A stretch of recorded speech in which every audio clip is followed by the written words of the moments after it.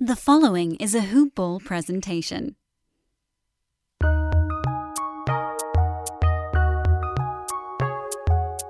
Welcome to the Fantasy NBA Today podcast.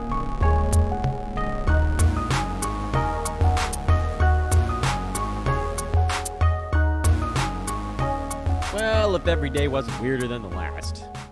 Huh?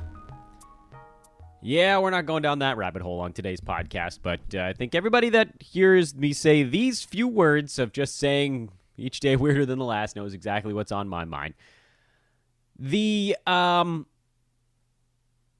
was planning on coming on here and talking about Troy Daniels' dinner last night in the bubble, and then the internet happened this morning, and now I don't know, just have another gross pit in my stomach. But anyway, if you don't know what I'm talking about, just go look up what Steven Jackson is up to right now, and then you know why I'm in a sour mood this AM. It is Wednesday, I think. I'm all thrown off. It's Wednesday, July 8th, 22 days from the NBA restart, and only 15 from baseball's opening day. Can we make it? Can we make it? The odds are probably against us that both are going to make it the entire way through. But who knows? Maybe we'll figure things out. Maybe we're finally... What I would like to see is by the end of this month, are people actually starting to take this thing seriously? I feel like the way that it's moved into some parts of the country that maybe didn't take it seriously enough, and then there were other parts, like, my area right around me here in Los Angeles, that seemingly the people in charge took it seriously, but the rank and file, meaning regular folks like me and the people around me, apparently we weren't taking it seriously enough. But maybe this will do it. I mean, a lot of governors coming out with mask mandates and so on and so forth, and hopefully we can make it through this thing. I just, every day I wake up like, please say everything is still okay.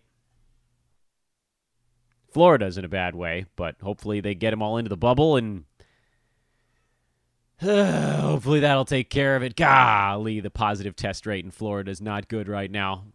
Close my eyes, hope for the best. What else can I do? I have no control over what's going on around the Disney properties in Orlando, but man, I really hope that everybody can hold this thing together. I do still want to talk about Troy Daniels' meal, and we're going to do that here in a moment, and then we're going to dive back into our NBA Resumption draft board, which, for those that have been paying attention over the last couple of days, is 64 players deep on our actual draft board. We left off at player number 84 yesterday, who I have to make an adjustment on as the first thing we talk about when we get into it today. This, by the way, is Fantasy NBA Today, a hoopball presentation, hoop-ball.com, at hoopballfantasy on Twitter. I am your host, Dan Besbris. Thanks again to everybody that's been writing in to be a part of our different divisions here at Hoopball. DFS division has had some really cool new additions to it. We'll be introducing those to you when DFS Today comes back here in the next probably week and a half or so. The betting division is bulking up. The sales division is bulking up. But guess what? We're still looking for the best of the best. Just because we have one or two doesn't mean we don't want one more. So hit me up on Twitter, at Dan Besbris, DanBesbris, or email teamhoopball at hoop-ball.com and get yourself in the mix. All right. So last night, NBA Twitter... What a simpler time last night compared to this morning. I joke. That's sarcasm. Last night, NBA Twitter was all abuzz because the first handful of teams arrived in the bubble, the Orlando bubble. They made it and started their in-room quarantines, which I admit is hard. But listen, I will break this whole thing down piece by piece. They started their in-room quarantines with what appeared to be an actual summer camp meal. I believe it was Troy Daniels, I think, if I'm getting the player right, that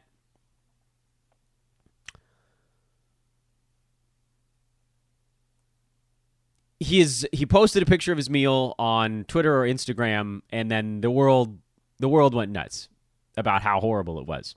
First of all, let's remember the meal that we're talking about here. It was a salad, some bread, some cheese, 2 bags of chips, a drink, I think, was in there. It wasn't great looking. Look, I'm not going to try to sugarcoat it. It wasn't great looking. It also wasn't the worst thing I've ever seen. It lacked in what appeared to be an entree, although closer inspection of the picture showed that the menu, the meal that was coming, the little place card that came with it said that there was pasta bolognese on the way, which, if indeed that was the case, and maybe they just forgot it, and hopefully Troy called down and actually got his entree. If all of that stuff really did show up, that's not that bad. I mean, it boggles my mind actually that I am what appeared to be the minority in this discussion on the internet, which is, are we serious right now? These guys are, by all accounts, risking their lives, younger guys maybe less so, but certainly their health, to go resume an NBA season in Orlando, and we're all going crazy because Troy Daniels got some, chopped up pieces of watermelon and a spinach salad? That's what everybody's freaking out about right now? I mean, maybe it's one of those things where, because we're so tired of talking about the big picture things that we just had to focus on something smaller picture. But here's my thing. I worked in minor league baseball for a long time, better part of a decade. I know many folks who have worked in the minors in different places that maybe are not as well funded, let's say, as an NBA. And that's part of the discussion, NBA being so well funded. You figured that, we heard about these private chefs and all that good stuff, and then to show up and get this sort of clunky box meal was a letdown by all accounts. But at the same time, we've all been in some fashion of a lockdown / quarantine / isolation / social distance / mask / not dining in for about 4 months now. And I would be thrilled to have someone bring me a box lunch, even if it wasn't a good one.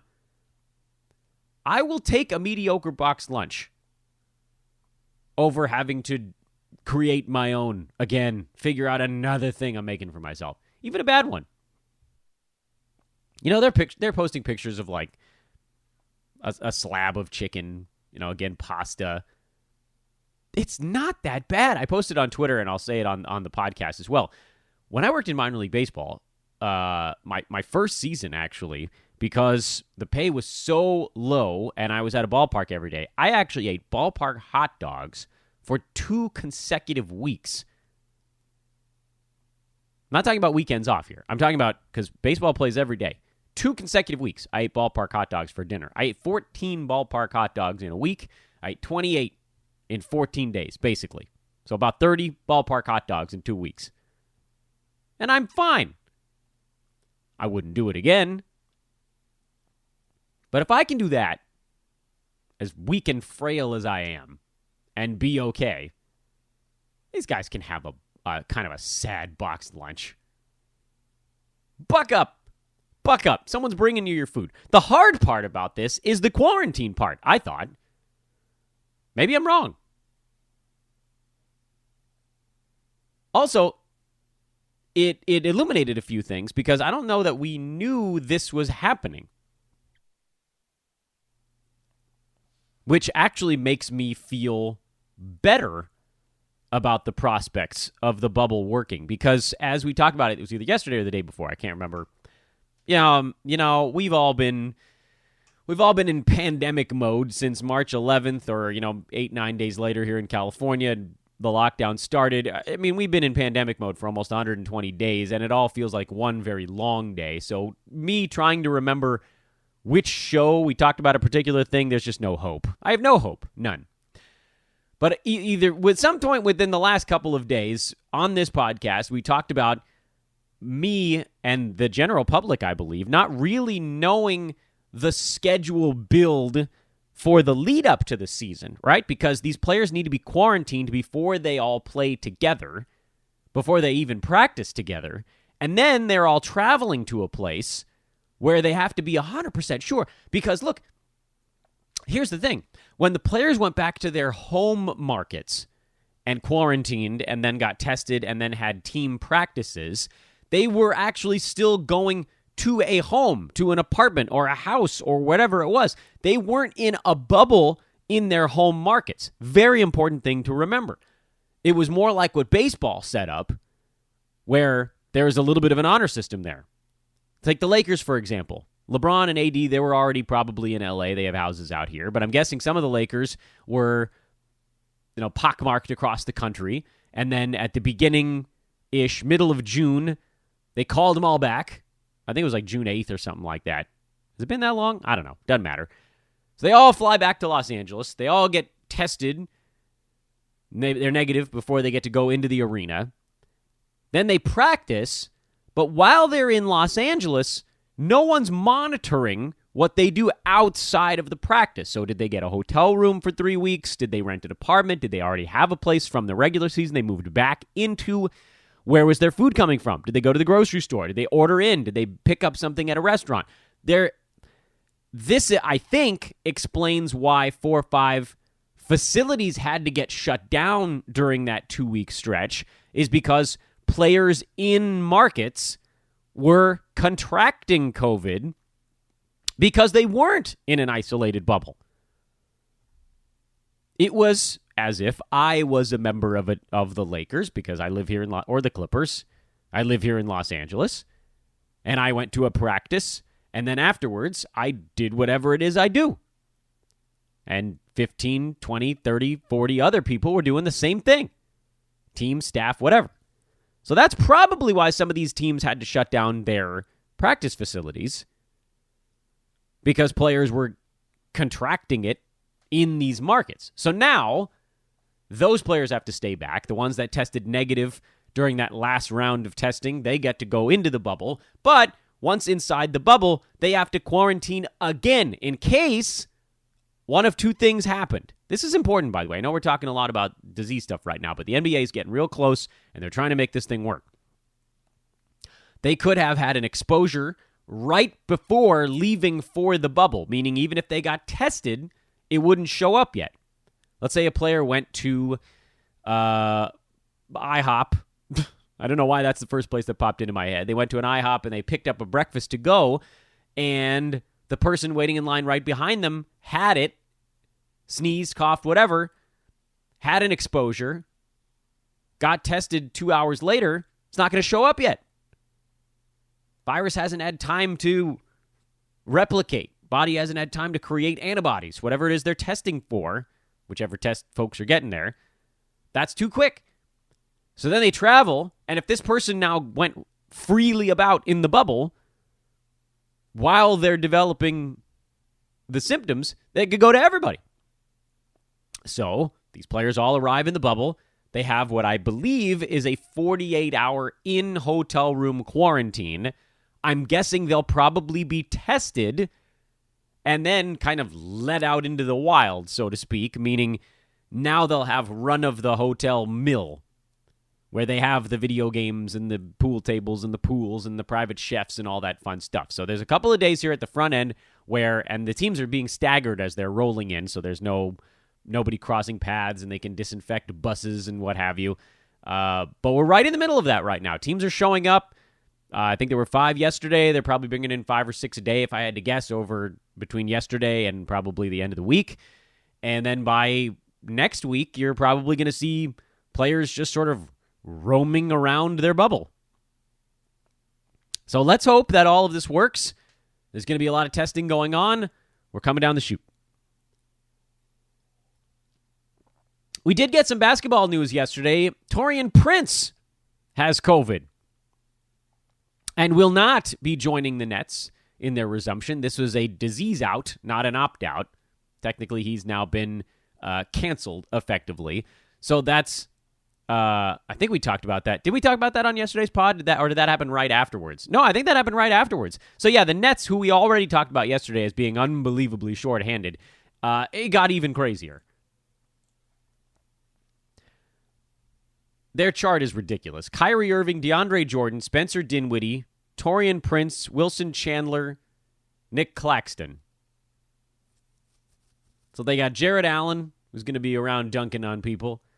Karis LeVert, who's going to just go crazy, 35 shots a night. It's like who the hell else is going to do anything? Joe Harris now, you've got to figure is going to be doing enough. And hell, even Garrett Temple might get close enough to be fantasy relevant. Although, can they really play him 28, 30 minutes a game? I don't know. They might steer a little younger. But you can bet that there are a handful of dudes that weren't going to be good enough before that will now. Namely, Allen, LeVert, and I think you strongly consider Joe Harris at this point. He was sort of bubbly for me yesterday, right on the edge. Not the bubble in Orlando, but you get my meaning. And let's pick up where we left off in terms of yesterday's list. I want to redo our last name. The last name we did on yesterday's pod before shutting her down was Malcolm Brogdon, who we're learning is now close to being symptom-free. I think they're waiting on his test to see if he can join the rest of the Pacers in Orlando quickly here. If he doesn't have the full amount of time to get ramped up to his normal number of minutes, I think he's a guy you probably can't take a massive chance on. We had lifted him up into that second tier of point guards with Norman Powell, Shabazz Napier, Karis LeVert, Buddy Hield, some other guards mixed in there in the early 40s because there's no Oladipo and no Jeremy Lamb. But as we're hearing, the symptoms of COVID, they last a while, and there's almost no way they could just trot him out there and play his normal allotment. So let's take Brogdon and let's move him down the board a little bit just to start this one. Drop him back down towards at least maybe 5 to 10 slots. I still think I'd rather have him over, say, someone like a Brandon Clark or a Daniel Tice, but Will Barton, Jaylen Brown, Rashawn Holmes, Marcus Smart, that grouping probably makes more sense for Brogdon than where he is right now, just given, honestly, how frightening the disease is. We just don't know what the lingering effects might be, and that's horrifying. So let's drop him back a few spots. I think I might still put him in front of Evan Fournier just because. So it's not a massive jump, but it is a couple of key names now that I think I would put in front of Brogdon. Last name we did on the overall board yesterday, Malcolm Brogdon, was number 84. We had just done this little Serge Ibaka, Jabari Parker, Brandon Clark grouping. So we'll pick up today at number 85. And we're going to go pretty deep into this one, guys. Not necessarily all on today's show, but overall, because you're removing 8 teams and you're going to need at least 100 guys on your draft board, presumably deeper than that. But, we'll get as far as we need to get here. And it's going to take a lot of names to get to that point because some of these dudes are going up and some of these dudes are going down. Duncan Robinson at 85. I played 65 games for the Heat this year. I actually think he could be an interesting value during this resumption, if only because he probably does have the advantage of playing in most of the games. I'm not going to put him too far up the board because his per-game action is going to depend heavily on whether or not he can pick up right where he left off, but I do believe I'd rather have him than the last couple of guys that we slotted in yesterday, which was Nerlens Noel, Al Horford, and Serge Ibaka. I would slot Duncan Robinson ahead of those guys, but behind Hassan Whiteside just because of Hassan's upside. But, Serge, these guys with these quick bench rolls that have to do everything so fast, I'd rather take my chances on Robinson, who's probably going to play 30 minutes a game. Alec Burks was number 86, but most of that was with Golden State. He is off our draft board. I'm not even going to list him because I'm not drafting him. Draymond Green at 87 isn't there. Chris Dunn at 88. His team isn't there, and he's hurt, so that's a double whammy. Steven Adams at number 89 is the next name on the board. I pause only because his season at 89 was marred by, for the first time basically in his career, some durability stuff. They dialed his minutes back a hair this season to give Nerlens Noel a better opportunity, and Adams just wasn't fully healthy all year. But I do think he'll be relatively healthy for this. He's had plenty of time to rest up all the bumps and bruises. And with Oklahoma City, we talked about this before, they want to avoid falling into the 7-hole. They're going to play, and I think they're going to play a lot. And so I would put Adams certainly in front of this last chunk of guys. And I think I'd raise him up into a group where I think guys that are going to play all 8 games belong, which isn't quite as far as, the Brogdon, Fournier, Marcus Smart, Barton grouping in that late 40s, early 50s. But once you get past Daniel Tice, you hit Brandon Clark, who's probably going to play all 8 games, and then you hit this weird cross-section of guys who are very good on a per-game basis but probably aren't going to play, like an Eric Bledsoe or Ricky Rubio or Brook Lopez, or guys that maybe aren't going to be as great on a per-game basis but will probably play, like a Nerlens Noel or a Serge Ibaka, or Al Horford, guys that are probably going to get in there for all 8 games. And I think with someone like Steven Adams, he falls somewhere near the top end of that group because his free throw shooting could really hurt you during a short sprint like this. But if he's really okay, and Oklahoma City does have stuff to play for, I think I'd rather have him than some of these guys who maybe you argue are markedly better on a per-game basis, but just don't figure to play. So I'm going to slot Steven Adams in at 56 right now, and I might ultimately go higher than that, but that puts him in front of Ricky Rubio and Brook Lopez, who I still don't think are going to play very much in this resumption campaign. But again, their per-game numbers are so good, I have to keep them in front of some of these other guys. So that shifts everybody back behind them a slot. Derrick Favors at number 90. He was contemplating not going because he has been banged up, but I think the Pels, they want to make their little push here. We saw Favors at the end of the season was very much a plodding top 100 type of fantasy player.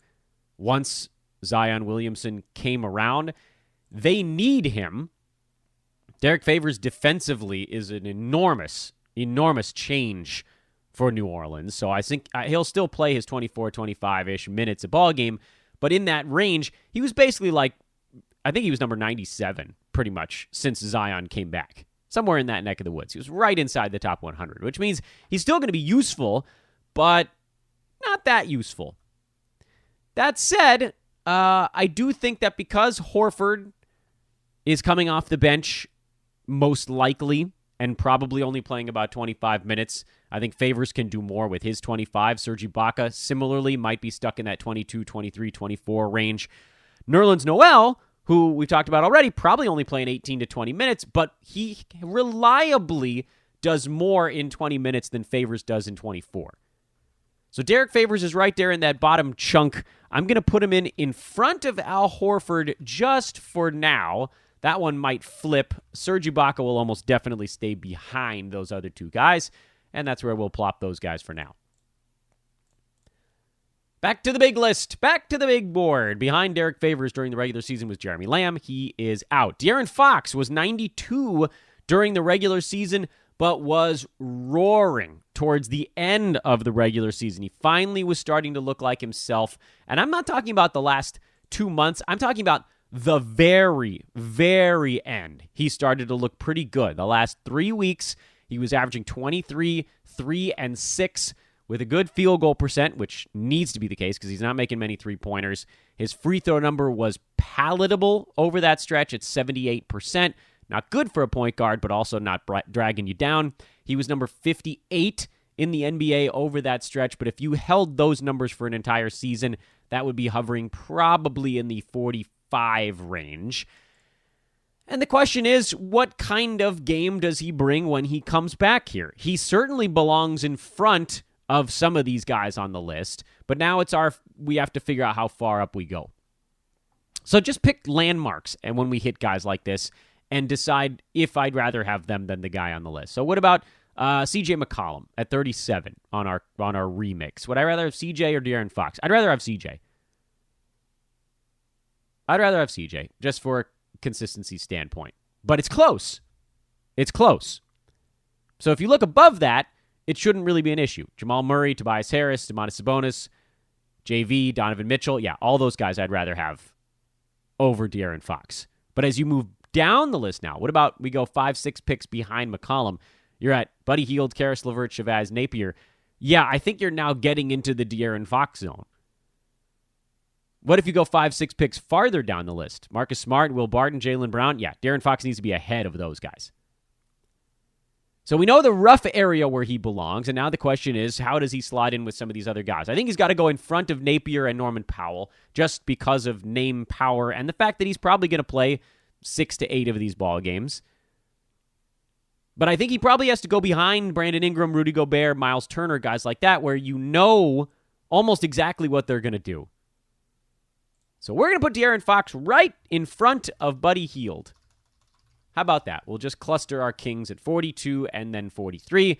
Everybody moves down the board behind him, and that'll take us half an hour to do here on air, so I'll just pause the show and do it, and you guys don't have to listen this time. And that's how that goes. Yeah, paused it, and you'll never know.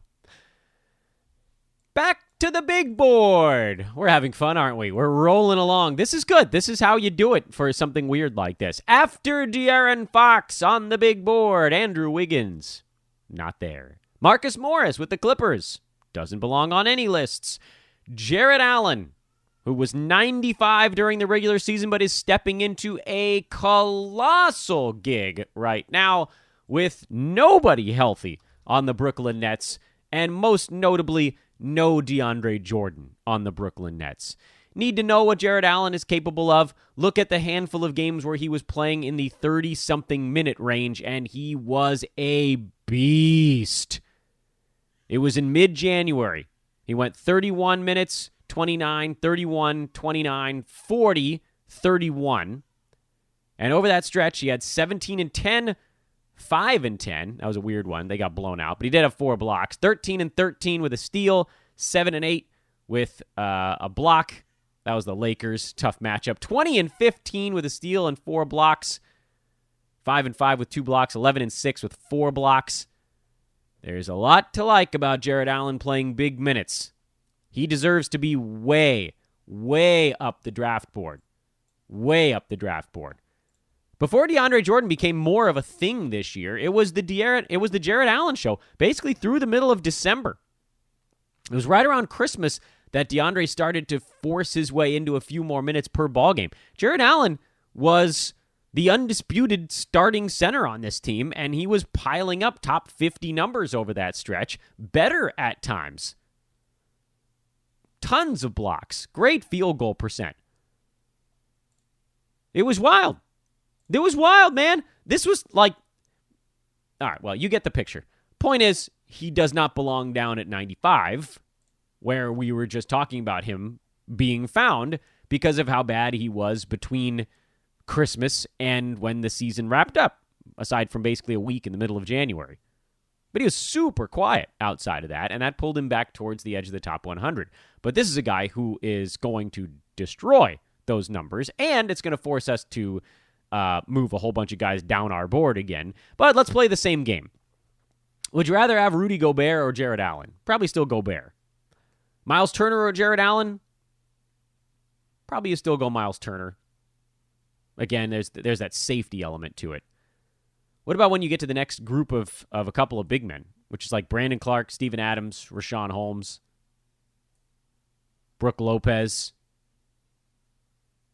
Yeah, I know. Jarrett Allen's starting to sound pretty darn good. So I'm going to put Jarrett Allen right before Evan Fournier, and he's now my number 50 guy on the board. And that might not even be early enough. Honest to goodness, that might not be early enough.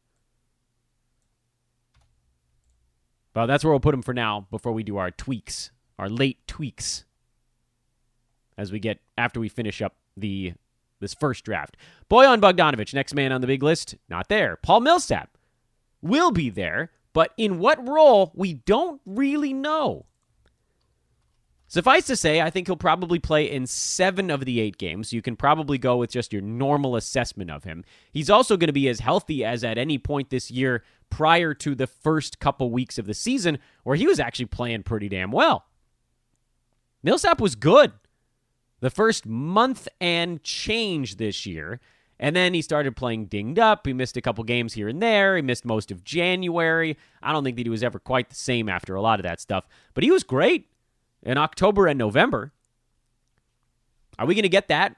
Like top 60, top 70 Paul Millsap? Or are we going to get the like top 180 Millsap that came after that point? Or is there going to be something in between? Because the Nuggets do have Jeremy Grant, who, as I've mentioned before, is one of my favorite quiet producers that's stepping into a potential starting role next season, but will likely be coming off the bench here during the resumption. So what do we do with Paul Millsap? I mean, what do we do with him? He averaged 12, 6, 1.5, a steal, half a block. I mean, he's always been a guy that did a lot of stuff across the board, but in 24.5 minutes a game, it wasn't really enough to be a big difference maker. If those minutes trend up towards 27 or 28, then he becomes pretty interesting. He does have the advantage over some of the guys near the end of our current draft board of being a likely starter, as opposed to, say, someone like a Serge Ibaka, who's almost definitely coming off the bench, Al Horford, who's probably coming off the bench. And certainly from a fantasy standpoint, if Horford's starting, you take him over Millsap, but Al in 20-something minutes off the bench, that's a pretty similar stat set to Millsap 24 minutes as a starter. So I think we found our pocket. The question now is, do you want Derrick Favors or Paul Millsap? And I think for me, I'd rather have Favors. I think he'll be starting. He's going to get his 20 to 26 minutes, fluctuating in between depending on matchups. His defense is more important. He'll get his rebounds. There's just sort of like the quiet assumption that he'll probably get his stuff. But again, you're splitting hairs a little bit here. So we're going to slot Millsap in right around the Derrick Favors, Al Horford contingent near the end of our list, but still above Serge Ibaka, who got such a giant bounce this year with Marc Gasol missing 2 months that I don't think he almost can't be underestimated as a bench guy. He really just wasn't good at the beginning of the season. I was really close to a drop on Ibaka before Gasol got hurt. He was like 120. Wasn't good. Derrick Favors or Paul Millsap? Man, if it came right down to it, I think you got to go Favors. But you could end up leaning either way. I'll give you that. So let's put Millsap in just a little bit ahead of the bottom of our list, but not by much. Next man up, Jay Crowder in Miami, who's actually decent with the Heat, which is kind of surprising. He was decent with Memphis, too. Can't shoot a lick, but he was pretty good. Last 10 games of the year, Jay Crowder was number 82 in normal 9-cat. 10 points, 5.5 boards, 2 assists, 1.5 steals, half a block. Still couldn't shoot, but hit 2 3-pointers on bad percentages. And with the Heat sort of in that weird jumble, they don't need to play their guys all 8 games. I'm sure Bam Adebayo is going to make a case to play in all 8 of them. And maybe Jay Crowder will also. He's an older cat, though. So I'm going to assume Crowder's playing 7 games. And I still like him more than Serge Ibaka. So I'll plop him in there towards the end of this list. Honestly, I've lost track of where we're at in terms of the number of these dudes. So many times I've had to move names around. But Crowder's going behind Horford and in front of Ibaka. I'm just going to keep moving Serge down the list. Sorry, Serge. You weren't good when Gasol was playing. Dante DiVincenzo in Milwaukee, I actually really like him. He's number 99 during the regular season, largely as a backup role, but Milwaukee's going to be rotating their big guns in and out. And so DiVincenzo's going to have some games here where he has the third option tag instead of 4th or 5th or 6th. Brook Lopez will sit out. That opens up some shots. Giannis, I'm sure, will miss a game. Middleton's going to miss some games. Bledsoe, they're going to rest their guys once they lock this thing up, even if it's for partial games. And then Dante's going to get extra run and, more importantly, extra usage.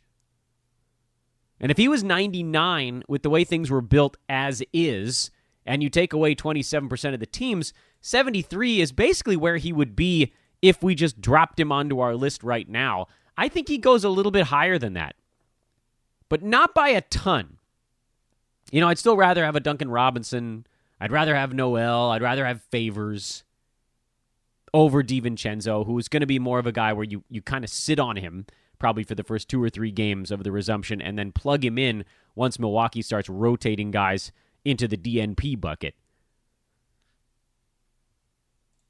So would I just throw him behind Ibaka at this point? I think I would, if only because even though I actually think that DiVincenzo probably has a better resumption than Serge Ibaka, I do think you're not banking on all 8 games out of Dante. You're probably hoping to get 5 good ones out of him, and then probably 3, maybe even 4, if you play it conservatively here, where he's, the 5th fiddle and not worth using. So worth using half the time, not worth using the other half. It averages out to a decent and better than his regular season numbers, but because we're going to try to hit the roto cap, because the plotter in this 8-game sprint is not really that valuable, then some of his games we probably just throw on the shelf. And for Serge Ibaka, there actually might be a game in there where Gasol sits and then he gets to cut loose for a night. So, there's a little bit of upside to both of those guys. We're going to keep them at the bottom of our board for now. Luke Kennard, not there. Montrezl Harrell with the Clippers was 101 during the regular season. I see no reason that his numbers should change very much. He's going to get drafted earlier than this. I don't think he needs to play all 8 games, but he feels like the kind of guy that'll probably try to, and then they'll have to force him to sit 1. I think you move him up the board a little bit, but not a great deal. Like maybe right around Duncan Robinson. Like you'd probably rather have Montrezl Harrell over Nerlens Noel just because one guy's pretty much guaranteed to play 26, 28 minutes a night, and the other one is pretty much guaranteed to play 19. And Noel might end up having the better fantasy sprint here for 8 games, but if Montrezl doesn't have an awful free throw shooting resumption, then he bests those guys. So let's slot him in at, I believe that's 64 now.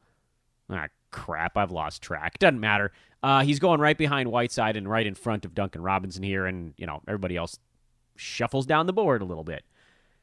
PJ Tucker in Houston, he's an interesting little case study because he had such a great start to the year before Russell Westbrook grabbed the other, Harden and his 40% usage, and then Westbrook went his 40% usage, and everybody else had to split 20. And then Rob Covington came to town, and there was just nothing for anybody.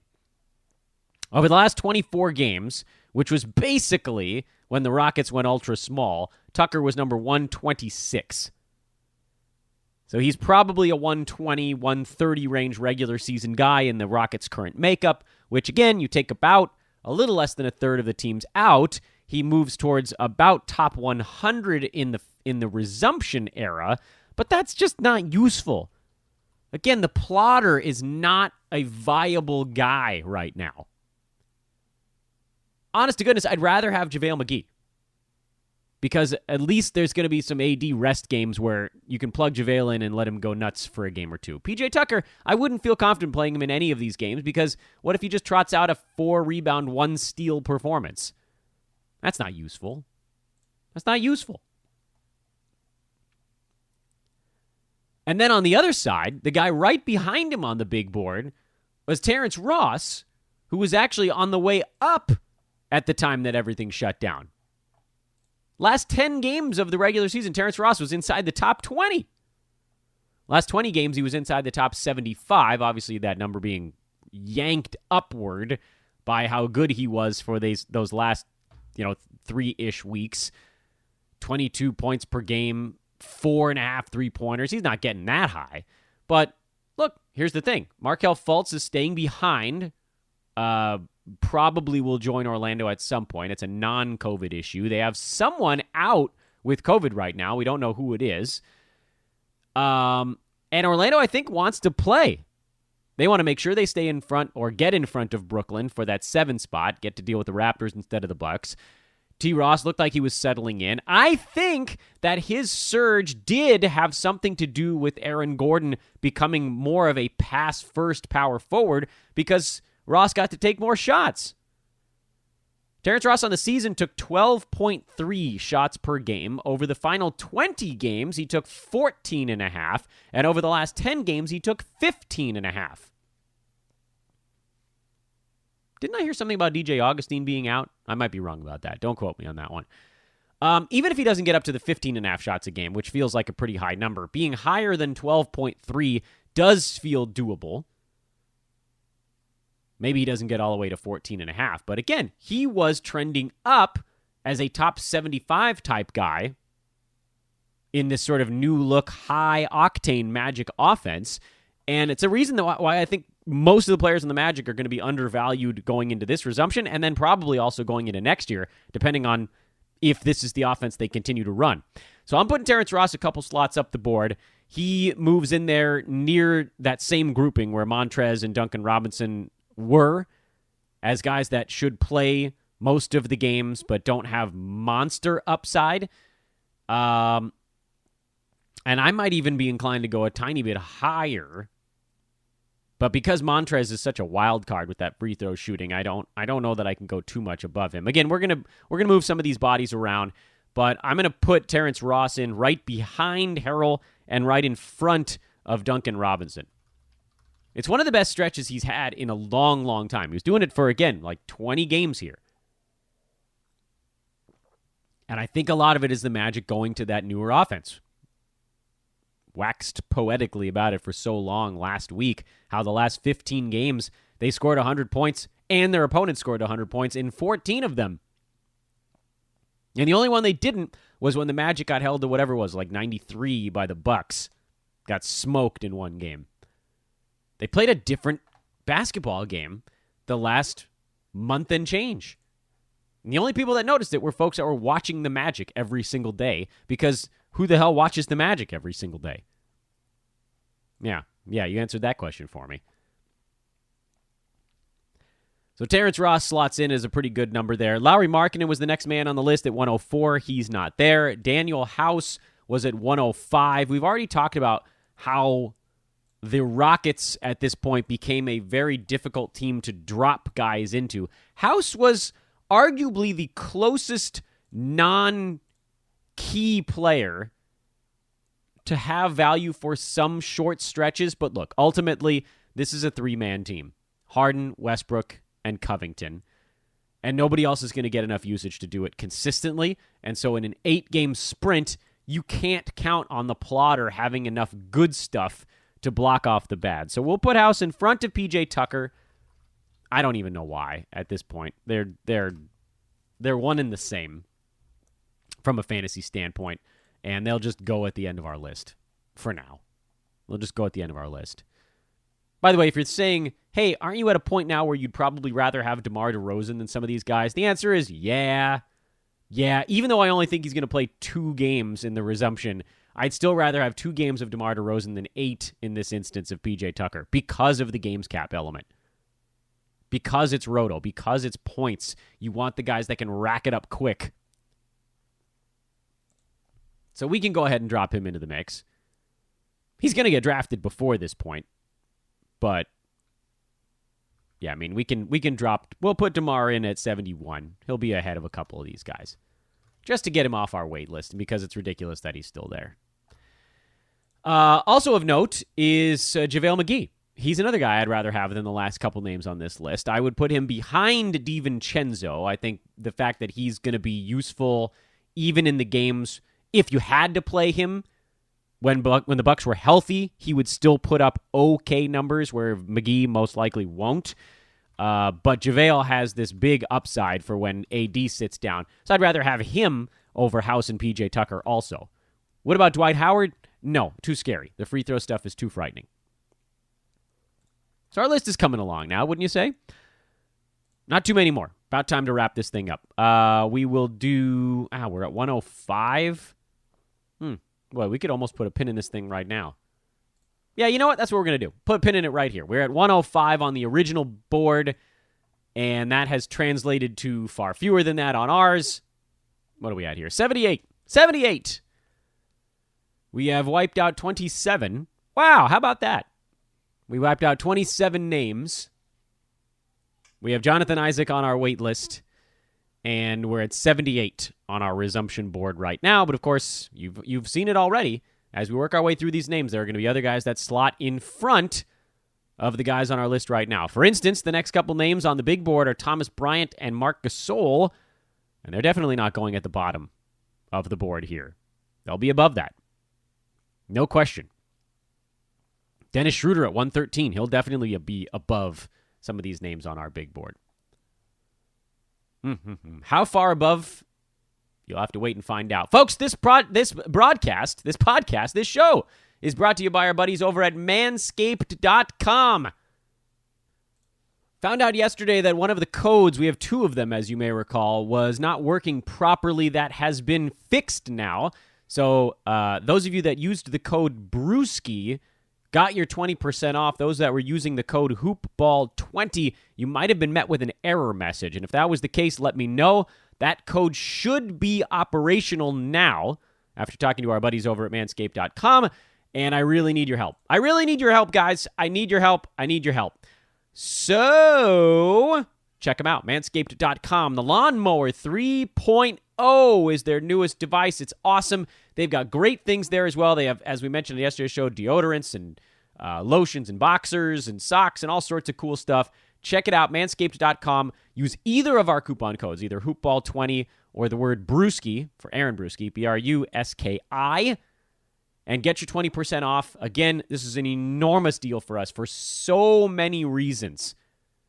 Because we're sort of, listen, we're at the end of the day, Hoopball, we're still a startup. I know we've been out a couple of years, but that's not very long in the grand scheme of things. And so when you have an opportunity to work with a big brand, you got to blow it out of the water.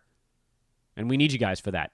We need you. Thank you to everybody that's been rating and reviewing the podcast. I've seen the numbers ticking up on that front. Also very cool of you. Enjoy your Wednesday. Man, talking about fantasy sports cleared the brain, didn't it? Enjoy your Wednesday. If you can, keep staying healthy, keep staying safe. We'll talk at you again tomorrow. So long, everybody.